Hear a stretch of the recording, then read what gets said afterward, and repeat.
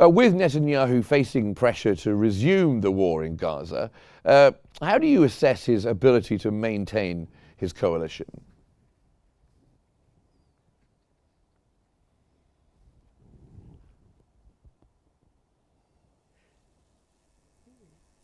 I'd like to start to greet you and your viewers. In fact, that Netanyahu is between two contradicted pressures to resume and sustain the truce and agreement, particularly from the U.S.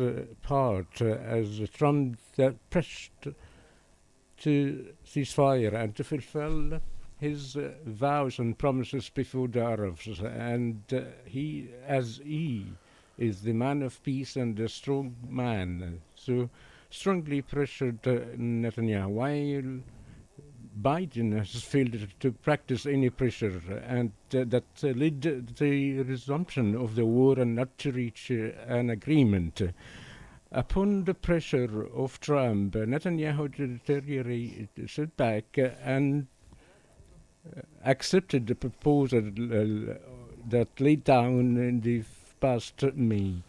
And also he's facing pressure from the families of the prisoners and the detainees. The Israelis throughout the 15 months failed to liberate the detainees and hostages, and therefore Netanyahu pursued to accept the deal and to go in line with the international support of the agreement.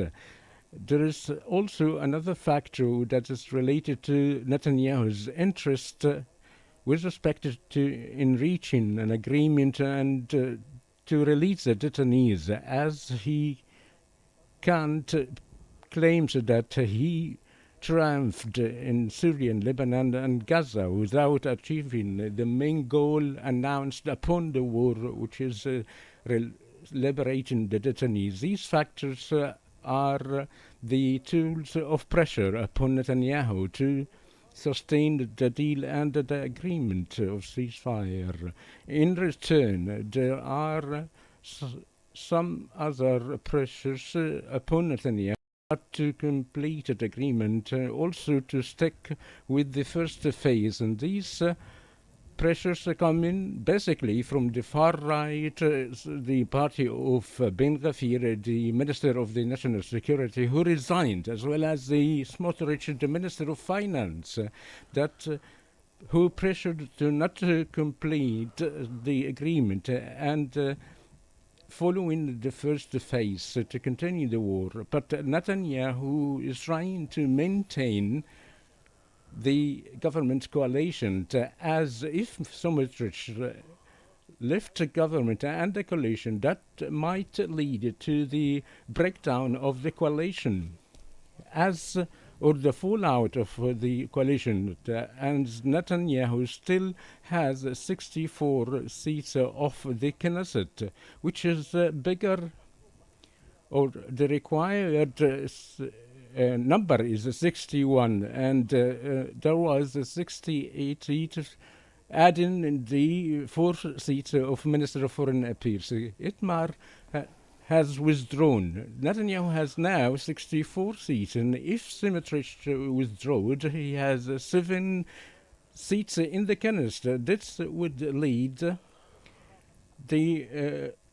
the coalition of 67, which is not enough. Therefore, Netanyahu is trying to please the far right and accepted the ceasefire and promised Smotrich to agree the deal in return to distribute the settlement in the West Bank and to launch military offensive in Jenin.